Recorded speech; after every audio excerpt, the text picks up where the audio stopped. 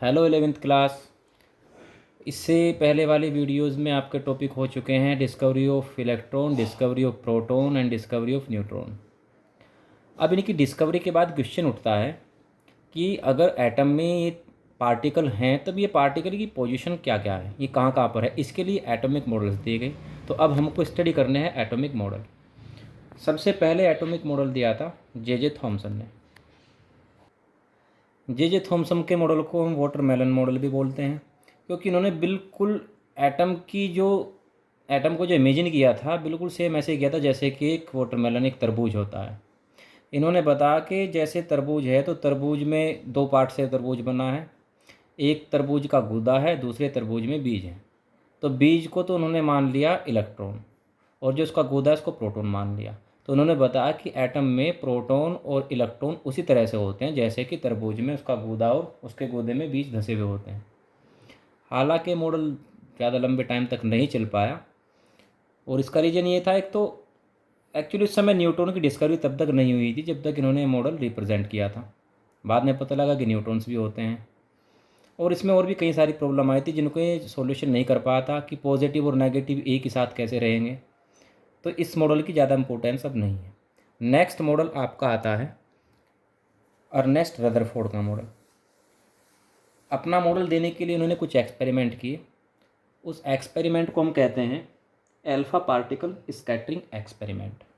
अच्छा, एक्सपेरिमेंट क्या था? अल्फा एक्सपेरिमेंट के लिए उन्होंने क्या किया, एक गोल्ड फॉइल ली और गोल्ड फॉइल पर अल्फा पार्टिकल्स की बॉम्बार्डिंग की। मान लीजिए इधर से अल्फा पार्टिकल की बॉम्बार्डिंग वो कर रहे हैं। तो हुआ क्या उसमें, जो उन्होंने उससे एक्सपेरिमेंट से कंक्लूजन निकाले, उन्होंने पहले देखा कि ज़्यादातर तो अल्फा पार्टिकल आर पार निकल गए थे सीधे। कुछ अल्फा पार्टिकल ऐसे थे कि थोड़ा सा जाकर के यहाँ से डेविएट हो गए। बहुत ही कम अल्फा पार्टिकल ऐसे भी थे कि वो 90 डिग्री से भी ज़्यादा एंगल पर डेविएट हुए या फिर मुड़ करके वापस भी आए। अच्छा, इनसे क्या क्या कंक्लूजन निकले?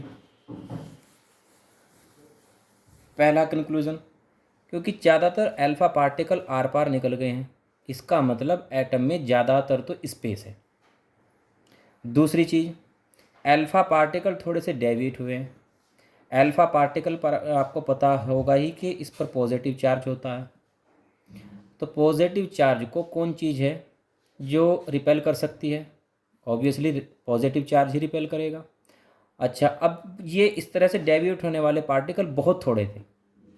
इसका मतलब एटम में ज़्यादातर तो स्पेस है, और उस स्पेस के बिल्कुल बीच में बहुत छोटा सा पार्ट है जिसमें कि पॉजिटिव चार्ज है। और अब आप इसको इस तरह समझ सकते हैं, ज़्यादातर अल्फा पार्टिकल सीधे निकले, इसका मतलब स्पेस है।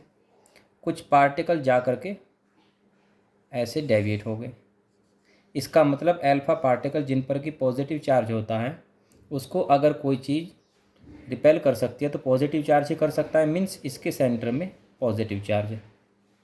और पॉजिटिव चार्ज किसके पास होता है? इलेक्ट्रॉन, प्रोटॉन, न्यूट्रॉन में से पॉजिटिव चार्ज किसके पास है? प्रोटॉन के पास है। मीन्स इसके सेंटर में प्रोटॉन है।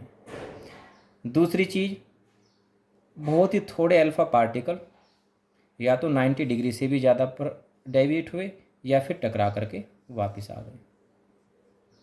इसका मतलब ये जो इसके बिल्कुल सेंटर का पार्ट है, एक तो बहुत थोड़ा है, बहुत ही छोटा है इस पूरे स्पेस को देखते हुए।